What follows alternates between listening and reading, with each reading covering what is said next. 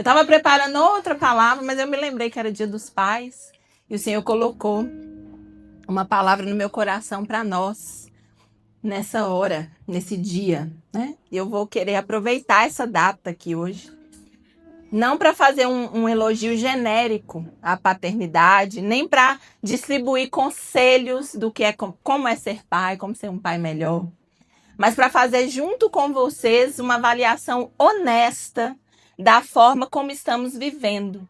Porque o Dia dos Pais é uma boa desculpa para perguntar algo mais sério. O que aconteceu com a masculinidade? O que aconteceu com a paternidade? Porque algo que deveria ser tão bom e tão essencial para uma família, tantas vezes vira fonte de tanta dor. E a resposta da Bíblia, ela é direta. A gente já sabe qual é a resposta. É o pecado. O pecado não destruiu só nossa relação com Deus. Ele deformou a própria forma de ser homem, a própria forma de ser mulher. E, por consequência, deformou a família inteira. E é por isso que eu quero olhar de frente com vocês hoje, homens e mulheres. Porque essa história não é um assunto, né? Só de um lado. Não é só um assunto de homem, não é só um assunto de mulher. É um assunto importante para todos nós. E eu quero fazer duas coisas nessa noite. A primeira, eu quero relembrar aos homens a missão que Deus deu a vocês lá no Éden. Porque muitos de vocês nunca ouviram isso descrito com clareza. E às vezes vivem tentando ser homens sem nunca terem visto o desenho original. E a segunda coisa que eu quero mostrar às mulheres o chamado que Deus deu a vocês para ajudar, não para carregar, mulheres, não para substituir, mas para ajudar os seus maridos e os seus filhos a viverem esse padrão original de Deus. As duas coisas vêm do mesmo lugar. O papel do homem e da mulher foi instituído lá no Jardim do Éden, antes de tudo dar errado. Porque deu muito errado. Então hoje eu não vim aqui para apenas corrigir ninguém, apontar o dedo, né? Porque eu me incluo também nessa situação. Eu vim aqui contar uma história muito antiga que explica um problema atual para nós. E eu vou pedir que vocês me acompanhem com a Bíblia aberta, porque a gente vai ler vários versículos da Bíblia em Gênesis, né? Porque a melhor resposta que tem para tudo isso, ela não está na psicologia, ela não é fruto da nossa própria imaginação, ou da nossa experiência, ela está na palavra de Deus. Amém, Jesus. E o Senhor diz, quando a palavra dele é anunciada, né, os mortos voltam a viver. Amém. E eu quero te pedir ao Espírito Santo nessa noite que você volte a viver. Amém. Que você volte a sonhar os planos e os sonhos de Deus para nós, como família. A gente tem feito aqui, né? Começamos nesse sábado a falar sobre casamento, né? E esse tema ele é importante não só para os casados, mas para os solteiros. Para a gente tirar essa ideia distorcida, né? Do que é o casamento, do que é a família. Então, antes de nós olharmos para o que deu errado, eu preciso mostrar a vocês o que Deus desenhou primeiro. Porque a gente só reconhece uma coisa que está errada quando a gente conhece o que é original, né? Não é isso, Thiago? A primeira coisa que a Bíblia revela sobre Deus não é o seu poder magnífico. Não é sua justiça, não é sua ira. A primeira coisa que a Bíblia mostra sobre Deus é que Deus é criador. E que ele criou falando para dentro da escuridão e do caos. A terra, Gênesis 1, verso 2 e 3 vai dizer: a terra era sem forma e vazia, e havia trevas sobre as águas profundas, e o Espírito de Deus se movia sobre a face do abismo. E disse Deus: haja luz, e houve luz. Então esse é o modelo. E é o modelo que Deus passa para o homem, Adão. Deus coloca Adão no jardim. Gênesis 2,15 vai dizer: vamos deixar a Jamile colocar lá. Gênesis 2,15. 2,15. Paciente, a gente está exercendo, né? Gênesis 2,15. Vai dizer que Deus tomou, Senhor Deus tomou o homem e pôs no jardim do Éden para o quê? Cultivá-lo e guardá-lo. E logo depois ele deu uma tarefa que parece pequena, quase decorativa, mas não é. Está lá no versos 19 e 20 do capítulo 2. O que Deus fez? Mandou Adão fazer? Então o Senhor Deus formou da terra todos os animais do campo e os trouxe ao homem para ver como os designaria. O nome dado pelo homem a cada ser vivo seria o seu nome. Então Deus chamou Adão e falou assim, vai dar nome aos animais. Parece que é uma coisa pequena. Só que Deus está convidando o homem a fazer em pequena escala o que ele mesmo fez na criação. Deus convoca Adão para trazer ordem através da palavra falada. Onde antes não havia ordem nenhuma. Homens que estão aqui essa noite, esta é a missão de vocês desde o princípio. Antes mesmo do pecado existir. Falar e agir com coragem, guardando e cultivando o que Deus colocou sobre os seus cuidados. Amém? E tem uma palavra também escondida em Gênesis 1, 27. E que eu preciso mostrar a vocês. A palavra hebraica por trás do termo homem. Então Deus criou o ser humano, a sua imagem. A imagem de Deus o criou. Homem e mulher os criou. A palavra hebraica por trás do termo homem ali é zakar. E ela significa literalmente aquele que lembra.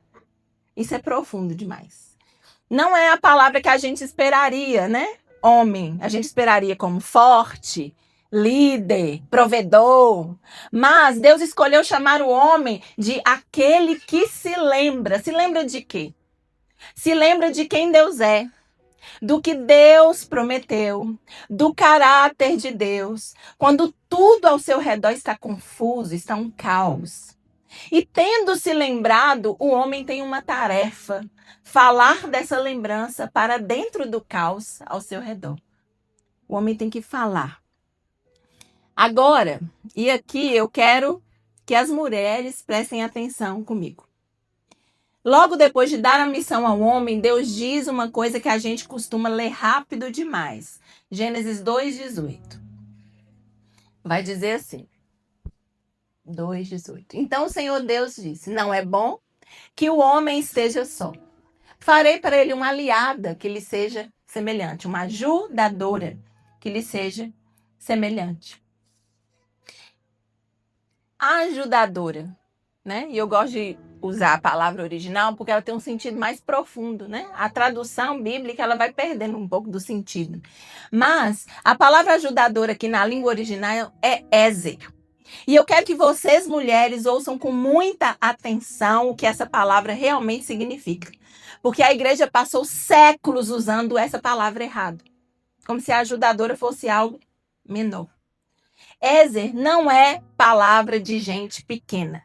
De gente inferior, de gente que só serve para tarefas menores. É a mesma palavra que Deus usa, que a Bíblia usa dezenas de vezes para descrever o próprio Deus socorrendo Israel. De onde me virá o socorro? O meu socorro vem do Senhor, está lá em Salmo 121, 2. Esse socorro é Ezer. Quando Israel estava cercado, sem chance nenhuma, era o Ezer de Deus que mudava a batalha. Ezer é força que chega de fora para socorrer alguém que sozinho não consegue. Então, mulher, quando Deus te chamou de ajudadora, Ele não estava te colocando um degrau abaixo do homem. Ele estava dizendo que existe em você uma força que o homem sozinho não tem. E que ele precisa dela para cumprir o chamado que ele recebeu. Reparem no desenho original de Deus. O homem recebe a missão de falar e agir com coragem para dentro do caos. A mulher recebe o chamado de trazer para dentro dessa mesma missão uma força de socorro que completa o homem. Nenhum dos dois é chamado de menor. Os dois são necessários. E foi exatamente essa dupla, o homem que fala e a mulher que socorre, que o pecado e o diabo veio destruir. Então vamos para Gênesis 3. Gênesis 3:6. Eva está diante da árvore e a serpente está torcendo as palavras de Deus. E o texto diz lá no finalzinho, ó, deu também, tomou o seu fruto e comeu. E também o deu ao seu marido que estava com ela e comeu. Preste atenção. Onde que Adão estava? Com Eva. Ele estava com ela. Adão não chegou depois e ficou assustado, porque contaram para ele que Eva tinha feito, né, algo errado. Ele não foi informado depois que ele voltou do trabalho no campo. Ele estava ali, do lado, ouvindo a serpente distorcer a palavra de Deus, vendo a esposa hesitar, vendo a esposa olhar, vendo a esposa esticar a mão. E eu gostaria que Jamília abrisse em 1 Timóteo 2:14. Porque esse texto é bem claro, para a gente não falar que eu estou inventando da minha cabeça e estou fazendo um discurso feminista aqui. Então vamos lá. E Adão, você pode ler em voz alta comigo? E Adão não foi enganado, mas a mulher, por ter sido enganada, tornou-se transgressora. Poderoso esse versículo. Eva foi enganada. Adão não foi enganado. Ele sabia exatamente o que estava acontecendo e o que Adão fez? Nada.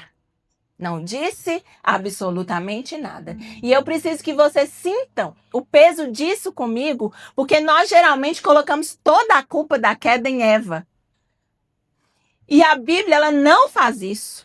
Romanos 5 vai dizer que o pecado entrou no mundo por um homem, não por uma mulher.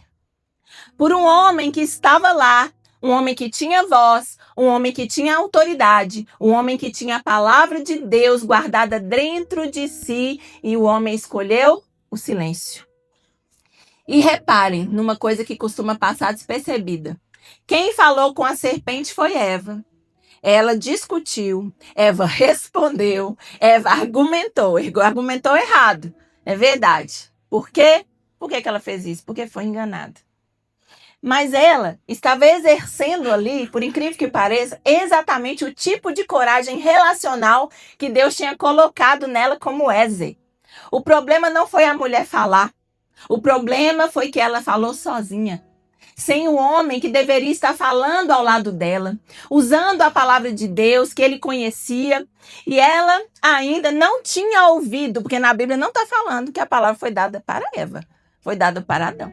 O silêncio dele não apenas o condenou, ele deixou a força dela desamparada, lutando uma batalha para a qual não tinha sido preparada sozinha. O primeiro pecado do homem, meus irmãos, não foi comer o fruto. Foi ficar calado quando deveria ter falado. E o efeito desse silêncio caiu em primeiro lugar sobre quem? Sobre a mulher que estava ao lado dele. Ela se tornou transgressora da lei de Deus. E esse silêncio, ele não ficou preso só no Éden.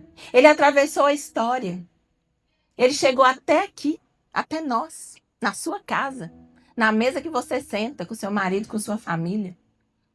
Mas isso levanta uma pergunta que eu preciso responder antes de eu seguir adiante aqui. Por que Adão ficou calado? O que estava acontecendo dentro da cabeça de Adão, bem ali do lado da esposa, enquanto a serpente falava? A Bíblia não deixa essa pergunta no ar. A resposta está a poucos versículos de distância, na cena seguinte do mesmo capítulo 3, e é essa cena que vai explicar a raiz de todo o silêncio masculino, inclusive o silêncio de hoje. Então, depois que Adão, nos versos 9 e 10, depois que Adão comeu do fruto, Deus vai até o jardim, Deus chega lá como se ele não soubesse a resposta, mas Deus sabia a resposta, e pergunta para Adão no verso 9, onde você está? O Senhor, porém, chamou e perguntou, onde você está, Adão? E Adão vai responder no verso 10. Eu te ouvi no jardim, fiquei com medo porque estava nu e por isso me escondi. Reparem na ordem. Primeiro veio o quê? O medo. E depois veio esconder-se. E alguns versículos depois, lá no verso 12, veio a última peça. Quando Deus pergunta o que ele fez. E aí Adão vai responder: a mulher que me deste para estar comigo, que me deu do fruto da árvore, e eu comi. Medo, esconderijo e culpa nos outros. Esse é o retrato mais antigo que existe do que acontece dentro de um homem quando ele não sabe o que fazer com o que sente.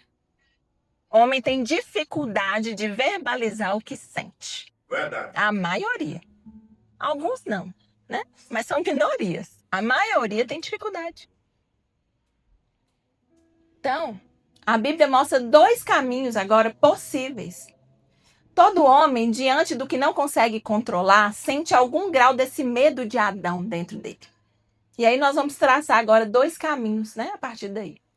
O primeiro caminho, né? Sentir o medo. O primeiro caminho é continuar a fazer o que Adão fez. Esconder-se.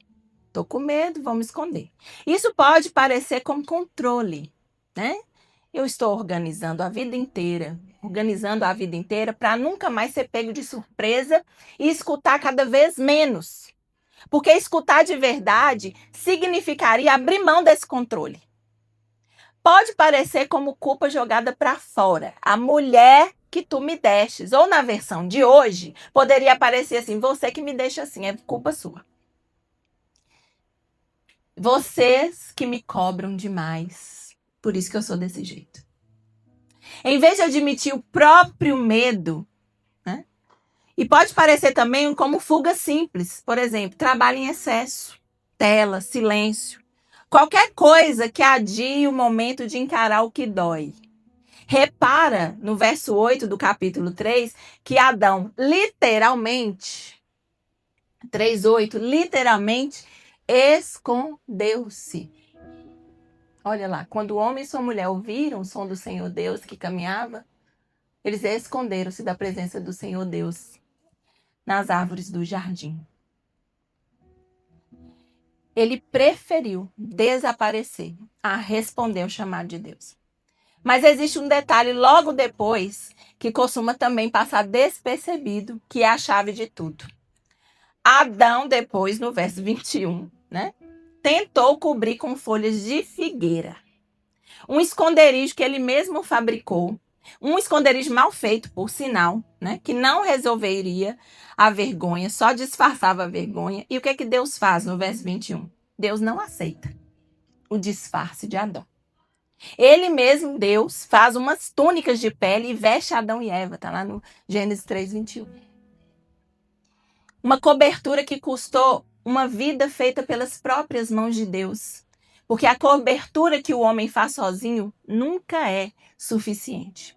E é bem ali no momento em que Adão aceita ser vestido por Deus, em vez de continuar remendando as próprias folhas de figueira, que aparece o segundo caminho, o caminho de quem para de se cobrir sozinho e deixa que Deus cubra por ele.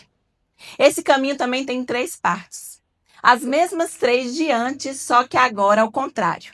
No lugar do controle, ele confia. Em vez de organizar a vida para nunca ser pego de surpresa, ele se move, mesmo sem ter certeza do resultado, porque confia mais em Deus do que na própria capacidade de controlar tudo. No lugar da culpa jogada para fora, o que ele pode fazer? Ele assume. Em vez de dizer a mulher que me deste, ele diz a culpa foi minha, mesmo que doa. E no lugar da fuga, ele fica. Em vez de desaparecer para dentro do trabalho, da tela, do silêncio, né? Ele permanece presente, mesmo exposto, mesmo sem saber exatamente o que dizer. 3 palavras que você precisa gravar: confiar, assumir e ficar. Vamos dizer? Confiar, assumir e ficar. Esse homem que confia, assume e fica, ele também tem medo. Ele também sente medo. Mas a diferença não é a ausência de medo, é o que ele faz com o medo. Então deixa eu perguntar para você hoje, homem que está aqui. Homem que está me ouvindo agora, quando a sua vida aperta, o que você tem feito? Você tem escondido atrás de alguma folha de figueira sua? Ou vindo mesmo com medo para perto de Deus e das pessoas que você ama? Reflita. E mulher, também quero te fazer uma pergunta. Porque enquanto eu estou falando aqui, você provavelmente já reconheceu nessa descrição alguém que você ama. Não é verdade? Seu chamado de Ézer, de ajudadora, não é consertar esse homem, não é consertar seus filhos, nem aceitar em silêncio o dano que o esconderijo dele possa estar causando. Socorro de verdade, mulher, o tipo que a Bíblia descreve, tem, sabe o quê? Coragem para nomear o que você está vendo. Entendeu? Tá recebendo aí a palavra? Eu sinto, é como se eu pudesse dizer para a Beth, falar com ele assim, olha, eu sinto que você está se escondendo. Eu percebo medo atrás dessa culpa que você joga em mim. Sem carregar, e você precisa fazer isso sem carregar a responsabilidade que é dele. Deixa eu te explicar, ajudar não é gerenciar o silêncio do seu marido por ele. O que é que ele tem? Fica estranho, né? Mulher faz muito isso. O que é que aconteceu? O que é ajudar? É caminhar ao lado dele com força suficiente para dizer a verdade. E sabe o que mais? Esperar em oração. Que ele mesmo responda ao chamado de Deus, porque você não pode responder ao chamado de Deus. Responda o seu. Viva o seu. Agora, o que significa de verdade ficar? Porque dos três, né? Dessas três palavras, a mais importante delas é ficar. Confiar, assumir, ficar. O mais difícil é explicar esse último. O que significa ficar? Porque ficar não é uma atitude pontual, não é de vez em quando, é uma permanência. Deixa eu te mostrar como isso aparece na prática, como uma cena que qualquer pai aqui já viveu de uma forma ou de outra. Por exemplo, pai, imagina seu filho ou sua filha sentado na cama dele de noite, chorando por algum motivo que você não consegue consertar. Pode ser um namoro que acabou, pode ser um medo de não passar de ano, pode ser uma pergunta sobre a fé que ele nunca teve coragem de dizer em voz alta porque tem medo da sua reação. Você entra no quarto, pai, e sente imediatamente os mesmos dois esconderijos de sempre, controlar e fugir. E o primeiro é o esconderijo do controle, né? Disfarçar de solução. O que você pode dizer para esse filho sentado chorando? Olha, faz assim, ora sobre isso, lê aquele versículo, aquela palavra, você vai ficar bem. Aí você sai do quarto sentindo que fez seu trabalho de pai. Nossa, excelente pai. Mas seu filho continua sozinho, só que agora sozinho e calado, porque ele aprendeu que a dor dele incomoda você, a ponto de você precisar apagá-lo rápido. O segundo é o esconderijo da fuga, disfarçado de respeito. Você pode fazer isso. Você não sabe o que dizer, e aí você se sente incompetente diante daquela dor. Então você inventa uma desculpa. Amanhã a gente conversa, com calma. E sai do quarto sem ter dito quase nada. No fundo, é o mesmo silêncio de Adão. Você estava ali. Viu seu filho ou sua filha sofrendo e escolheu não ficar. E existe a terceira resposta, a única das três que não é esconderijo. Ficar. Sentar do lado da cama, sem uma solução pronta, e simplesmente permanecer. Não fingir que sabe o que vai acontecer, porque você não sabe. Não sair até a dor, não sair, ficar lá até a dor passar. Só estar ali presente, dizendo com o corpo, mais do que com as palavras, porque eu vou te falar, a gente fala não só com palavras, a gente fala com atitudes, com gestos, né? Então, é ficar, permanecer ali, o seu corpo dizendo, eu não sei o que fazer com isso, mas eu não vou te deixar enfrentar isso sozinho. Repara que existe uma diferença entre medo, que é o medo de uma coisa específica, uma prova, uma conta, uma demissão, E essa outra sensação mais funda que sentimos diante do que não tem solução nenhuma, diante de uma pergunta sem resposta, é desesperador. A vida cristã, meus irmãos, não promete tirar esse segundo tipo de aflição. Vai ter momentos na nossa vida que nós não vamos ter respostas. E Deus não vai prometer tirar isso da sua vida, nem da vida do seu marido, nem da sua vida, nem da vida dos seus filhos. E o instinto masculino, na maioria das vezes, é justamente o que eu descrevi: resolver rápido ou sair de perto. São raros, né? Pelo menos na minha experiência. Você pode ter outra experiência. Mas o chamado de Deus ao homem nunca foi eliminar a escuridão daqueles que ele ama. Foi entrar nela, ao lado deles, confiando, sem precisar de uma resposta imediata, para continuar ali. E isso, meus irmãos, é um ensaio de tudo que eu vou dizer daqui a pouco sobre ser pai. Porque um pai que nunca aprendeu a ficar dentro da própria escuridão sem fugir dela, sem se anestesiar, sem se distrair, sem sair correndo para uma solução instantânea, nunca vai conseguir ficar dentro da escuridão do filho sem fazer exatamente a mesma coisa que faz com ele mesmo. E mulheres, muitas de vocês já sabem ficar. Mulher sabe ficar. Muitas vezes, vocês são as que estão sentadas naquela cama, quando o pai ainda está do lado de fora, sem coragem de entrar. E eu não estou aqui para dizer que isso é errado. Não é, de maneira nenhuma. Muitas vezes é a graça de Deus segurando a casa quando ela pode ser restaurada. Mas eu preciso dizer com todo cuidado para as mulheres aqui hoje. Ficar sozinha, ano após ano, cobrindo o espaço que era para ser do seu marido, vai ter um preço. Vai ter um preço para a sua vida. Para você e para a vida dos seus filhos. Sabe por quê? Porque os seus filhos vão aprender, sem querer, que aquele lugar simplesmente não é ocupado por homem nenhum. Ajudar aqui pode significar convidar. Vem comigo, vamos ficar com ela juntos. Mais do que simplesmente continuar suprindo isso sozinha. Então, o seu papel é chamar seu marido para fazer isso. Porque se seu marido não fizer, se ele for rebelde, né, seu filho vai entender exatamente isso. Nenhum homem pode ajudar. Isso é triste, muito triste. É fácil ser um homem que fala no trabalho, na reunião de líderes, na roda de amigos, no futebol. O teste real acontece em casa, onde ninguém está aplaudindo você.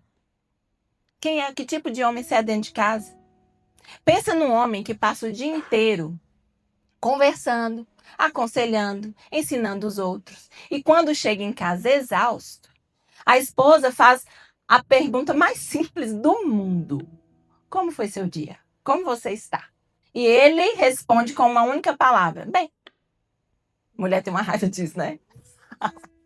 Bem. Bem, como? Onde? Quando? O que aconteceu? Mulher quer saber os detalhes. Ela sabia que... Ele sabia e ele sabe. Homens sabem que a mulher quer saber mais. Queria, né? Ela queria que ele entrasse na vida dela. Mas como Adão no jardim, o homem às vezes se cala justamente diante de quem mais precisa ouvi-lo. E esse mesmo silêncio, meus irmãos, essa mesma dificuldade de ficar presente, não fica só no casamento.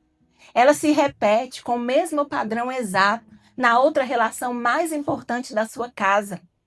E é para ela que eu quero virar agora, porque hoje é dia dos pais. E é essa relação que trouxe você aqui. Você que é pai e você que vai se tornar pai vai ficar atento a essa palavra, né? A relação entre pai e filho. E aqui eu preciso nomear uma coisa que vocês fazem muitas vezes sem perceber. Existe uma diferença entre olhar para o seu filho como um problema a resolver e olhar para o seu filho como uma pessoa a encontrar. Eu vou repetir para você prestar atenção. Existe uma diferença entre olhar para o seu filho como um problema a resolver e olhar para o seu filho ou filha como uma pessoa a encontrar. O homem competente, aquele que sabe fazer tudo dar certo no trabalho, geralmente trata os sentimentos da família do mesmo jeito que trata uma planilha. Ouve só o suficiente para identificar a solução e depois, ou conserta, ou vai ignorar. Ele pode até ser um bom pai, um pai funcional. Leva para o jogo, paga a escola, resolve o problema, sem nunca ter de fato encontrado aquele filho ou aquela filha. Ele lida com o filho ou com a filha, mas não está presente com ele. E a diferença entre essas duas coisas, para quem está do lado de cá, ela é gigantesca. Eu já disse que eu quero olhar de perto essa relação pais e filhos. E agora eu quero ir no coração dela. E aqui eu preciso ser bem cuidadosa, porque como mulher, como mãe e como filha, eu observei uma coisa que preciso compartilhar com vocês. O pai não significa a mesma coisa para um filho, homem, e não é a mesma coisa para uma filha, mulher. O coração é o mesmo, é filho. O amor precisa ser o mesmo. Mas a presença ou a ausência de um pai, que um pai comunica, é diferente, porque o filho e a filha estão fazendo perguntas diferentes com a vida deles. Presta atenção. Para um filho, o pai é o horizonte de quem ele pode se tornar. O menino observa o pai e faz o tempo todo, sem palavras, uma única pergunta: é assim que um homem é? Eu consigo ser assim? Ele não está só aprendendo a trocar um pneu ou a lidar com dinheiro. Ele está aprendendo olhando para você. E você que vai ser pai, presta atenção nisso. Ele está aprendendo olhando para você o que você faz com a sua raiva. O que você faz com o seu medo. Como você trata as pessoas, inclusive sua esposa. Como você erra e como você continua de pé. E tem algo ainda mais profundo acontecendo aí. Todo filho nasce dentro de uma vida que ele não escolheu. Alguém escolheu nascer aqui? Ninguém. Né? Numa família que a gente não escolheu, porque se a gente pudesse, a gente escolheria. Mas a gente não escolheu. Com uma história que já estava andando. Você nasceu numa casa, o povo já estava. A história já estava toda ali montada, o cenário. E esse filho, ele precisa de alguém que mostre que existe um caminho possível daqui para frente. Que o futuro não é só um vazio assustador. Isso acontece com muita frequência quando o pai conta histórias ao filho. Histórias de sonhos, histórias de fracassos, histórias da fidelidade de Deus no meio de tudo. Quando um pai conta a própria história com honestidade, ele não está apenas entretendo seu filho, ele está literalmente abrindo um futuro para o filho. Sozinho, o filho não conseguiria enxergar um futuro. Cada vez que você, pai, se move para dentro da confusão do seu filho, em vez de fugir da confusão, cada vez que você admite eu errei, em vez de se defender, cada vez que você ora em voz alta, em vez de guardar tudo para si, você está dizendo ao seu filho, isso pode ser feito. E se você nunca faz isso, ele não vai concluir que a masculinidade é possível. Ele vai concluir que ela não é para pessoas como ele. Ou vai construir a própria versão de masculinidade dela sozinho, geralmente errada. Geralmente dura demais ou fraca demais. Agora para a filha. Para a filha, o pai é a primeira resposta a uma pergunta. Eu existo? Eu sou vista? Eu sou digna de ser amada assim, sem precisar merecer? Uma menina não está principalmente perguntando, eu consigo ser como meu pai? Não. Ela está perguntando com o corpo inteiro, com o silêncio, com cada olhar que troca com o pai. Eu sou vista? Eu sou querida sem precisar fazer nada para isso? E eu digo vista de propósito, entendeu? Estou vendo você. É bem difícil.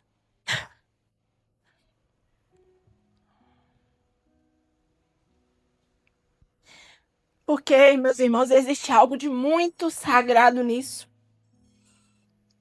Existe algo muito sagrado em ser verdadeiramente olhado por alguém que nos ama.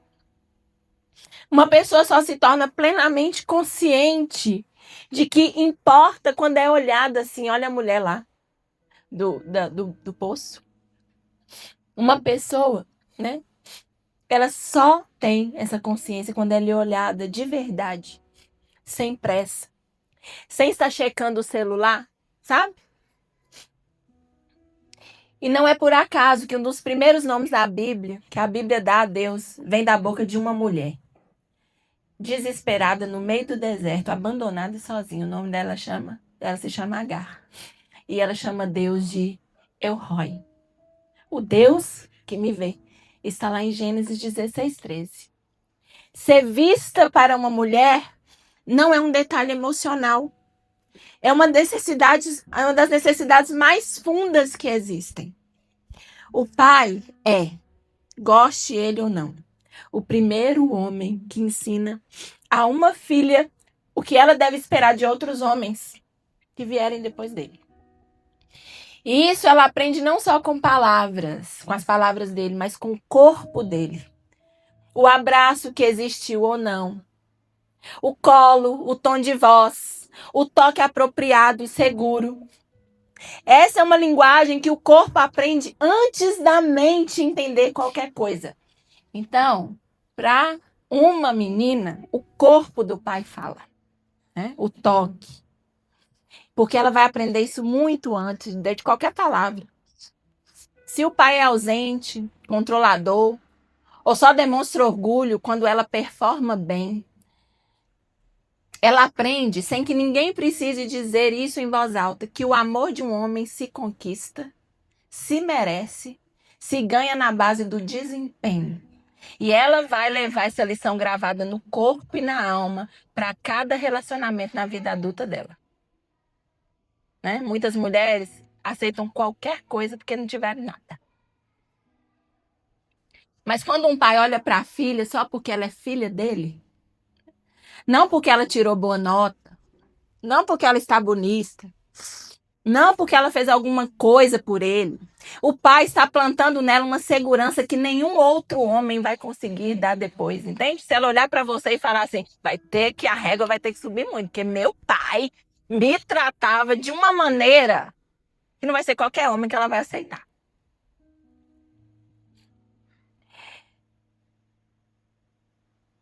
Então o pai está dizendo isso para a filha, ó, quando ele dá segurança. Você não precisa se explicar para ser amada. Você não precisa fazer nada. E eu sei que o silêncio machuca os dois, filho e filha. Mas ele machuca de formas diferentes. No filho, o silêncio do pai costuma virar um vazio de identidade. Eu não sei o que é ser homem, então eu vou inventar. Eu vou copiar o primeiro exemplo que aparecer. Na filha, o silêncio do pai costuma virar um vazio de existência. Eu não sei se eu realmente importo. Então, eu vou procurar prova disso em qualquer lugar que alguém me olhe com atenção. E é exatamente por isso que um pai fala. O pai fala que não permanece em silêncio como Adão. O pai que fala transmite 3 mensagens à vida dos filhos. E elas são as mesmas frases, mas eu quero que vocês ouçam como elas são diferentes, dependendo de quem está do outro lado da mesa. A primeira é, se um pai fala e ele vai dizer, isso pode ser feito. Para um filho, homem, isso significa, eu vi você caminhar com Deus, mesmo sem ter todas as respostas. Então, eu também posso caminhar. Para uma filha, isso significa algo um pouco diferente. Eu vi você tratar minha mãe com respeito. Então, eu sei que existe homem assim. E eu não vou aceitar menos do que isso. A segunda frase, né, que o homem que não se cala faz, o pai, você não está sozinho. Para o filho, muitas vezes basta a presença silenciosa, não precisa nem falar. Estar ao lado sem precisar de muitas palavras. Malaquias 3,16, abre aí para você ver. Que maravilhoso.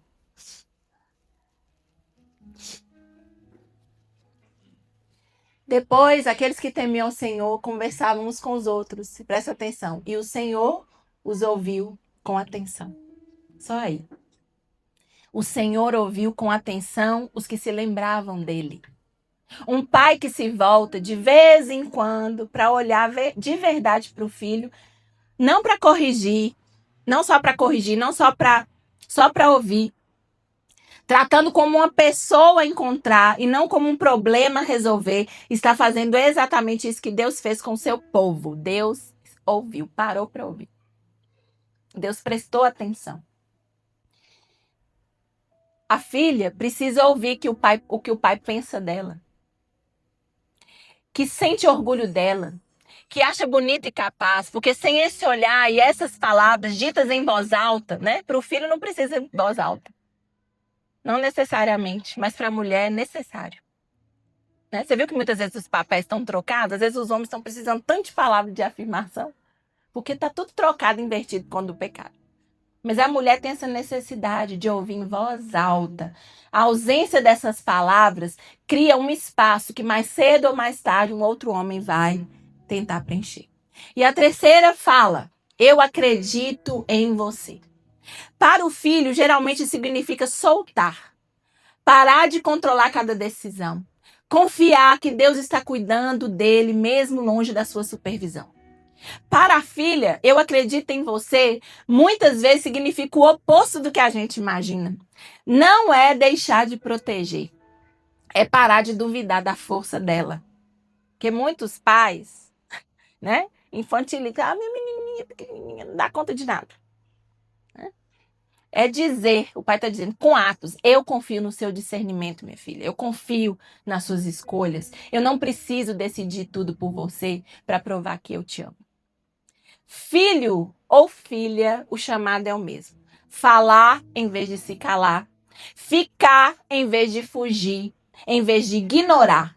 Mas o que precisa ser falado e como precisa ser falado muda. E é por isso que digo a vocês, pais, aqui nessa noite, prestem atenção em quem está na sua frente antes de decidir o que sua presença vai comunicar. Seu filho não é um problema a ser resolvido, é uma pessoa a ser encontrada. E mães, vocês também têm um papel muito importante aqui e que merece ser dito com todas as letras. Vocês podem ser Ézer, ajudadora dessa obra, sem tomar o lugar desta obra de ser pai. Isso pode parecer tão simples como dizer ao marido em particular, por exemplo, seu filho precisa ouvir de você que ele vai ficar bem, hein? Você não falou. Lembrar. Né? Ou sua filha está esperando que você notasse o vestido novo dela. Esse é seu papel. Não é fazer por ele. Não é cobrança. Seu papel não é de cobrar, seu papel é de socorro. É usar o discernimento que Deus te deu para ajudá-lo a enxergar o que sozinho ele muitas vezes não vê. Agora, e quando o seu próprio pai, ficou calado com você? Eu sei que tem homens aqui hoje que nunca ouviu nenhuma dessas frases do próprio pai. Talvez tenha ouvido o oposto, né? Isso não pode ser feito, eu não tenho tempo para você, você nunca vai ser bom o suficiente. Se é o seu caso, eu não vou te pedir que finja que essa dor não existe, porque existe. A palavra não pede, Deus não pede que você fique fingindo que você não sente as coisas. Deus fala que você pode sentir. E eu peço 3 coisas simples. Primeiro, enfrente a realidade. Para de cobrir a ferida da sua vida com frases bonitas do tipo, ele fez o melhor que pôde. Eu também acabei de fazer. Segundo, procure pais espirituais. Em que sentido? Olha, homens da Bíblia, como Jó, Jeremias, Elias, Pedro, que também falaram, que falharam e ainda assim conheceram a fidelidade de Deus. E também homens de carne, homens santos de Deus, para caminhar com você, né? Que também conheceram a fidelidade de Deus, pessoas imperfeitas, né? Mas que podem ocupar esse lugar que faltou, que pode de instrução. E terceiro, torne-se você mesmo essa voz que fala para alguém. pai, seu filho, sua filha, um sobrinho, um jovem da igreja que está sem pai.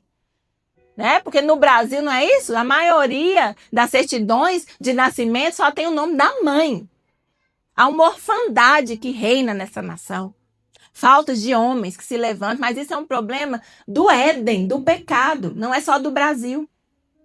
E acima de tudo, lembre-se, vocês têm um Pai Celestial que nunca esteve em silêncio. Deus nunca fica em silêncio. Amém. E Deus nunca desviou o olhar de vocês. Ele falou pelos profetas e agora ele fala através de Jesus. Amém. E ainda hoje, ouve com atenção cada palavra, como dizem Malaquias, daqueles que se lembram dele. Se lembre do Senhor. Se você se lembra do Senhor, ele está pronto para ouvir você. E você, mulher, se foi você quem cresceu sem pai, um pai que falasse, sem um pai que ficasse, o mesmo Pai Celestial é Elroy, o Deus que te vê. O Deus que é, gente? Elroy. O Deus cujo socorro, Ezer, nunca falhou. Mesmo quando o socorro humano faltou, você não precisa de um pai perfeito na terra para ser plenamente vista e amada. Você já é vista e amada por Deus. Aleluia! E um convite para a gente fechar aqui. Eu não vim aqui para dizer que algum de vocês precisa ser perfeito. Longe disso. O herói que me vê, né? Deus. Nem eu, nem homem nenhum aqui dentro resolveu essa luta de vez, essa luta. Mas eu preciso terminar mostrando a vocês para onde essa história toda está indo. Porque se eu parar aqui só no fale em vez de se calar, ou ajude sem carregar, eu deixei vocês com muita tarefa. E aí, o evangelho nunca foi uma tarefa. O evangelho é uma promessa. Amém, Jesus. E aí, deixa eu voltar lá com vocês no princípio, uma última vez. Gênesis 1, 27. Adão e Eva foram feitos à imagem de Deus. Um chamado a falar, o outro chamado a socorrer. E essa imagem dupla se distorceu no jardim. O silêncio dele, o desamparo dela. Essa marca não foi apagada, né? Distorcida. Desde então, todo homem nasce carregando os dois. A imagem original de Deus, que ainda chama a se lembrar de Deus, mas também ele carrega, né, essa distorção que o empurra para o controle, para a fúria, para a fuga. E toda mulher também nasce carregando os dois. O chamado original de socorrer com força e a distorção que ora empurra para o silêncio e ora empurra ela para o carregar sozinha, o que nunca foi dela. Ela começa a carregar os fardos de outras pessoas. E é exatamente aqui que o evangelho entra. E entra com a notícia muito melhor do que tentem se comportar como deveriam, porque senão seria aqui uma aula, né? 10 passos para você ser um melhor pai e uma melhor mãe. Porque Cristo, meus irmãos, em 1 Coríntios 15, ele é chamado de último Adão. Onde o primeiro Adão estava presente, viu o perigo se aproximar da sua esposa e ele se calou. O último Adão, no jardim do Getsêmani, viu a cruz se aproximar dele mesmo, sentiu angústia profunda que qualquer homem já sentiu e não fugiu, não se calou, não controlou o resultado. Ele disse: não seja como eu quero, mas como tu queres. E na cruz ele falou perdão. Na cruz ele falou, está consumado, e também ele ressuscitou. E a Escritura diz uma coisa enorme sobre o que isso significa para vocês, que Deus os predestinou para serem conformes à imagem do seu Filho Jesus. Aleluia. E que à medida que nós contemplamos o Senhor, nós somos transformados de glória em glória na sua própria imagem. Isso não é vocês ou eu nos forçando para imitar um comportamento de fora para dentro. É o Espírito de Deus, de dentro para fora, refazendo em cada um de vocês, em cada um de nós, homem e mulher, a imagem que o pecado distorceu no Éden. E o alvo final do Evangelho nunca foi apenas: seja um bom pai ou seja, uma boa ajudadora. Foi e sempre será. Sejam conformes à imagem de Jesus. Ele é o padrão perfeito do que é ser homem e do que é ser mulher. Ser um pai que fala, que entra na escuridão, que ama sem controlar. Ser uma mulher que só corre com força, sem se calar e sem carregar sozinha. Isso não é o destino final de vocês, é um dos lugares que vocês ocupam. Esse lugar é bem concreto, é bem de carne, de osso. É onde essa transformação maior vai aparecer. É nesse lugar onde você é marido, onde você é pai, é ali que essa transformação vai acontecer primeiro.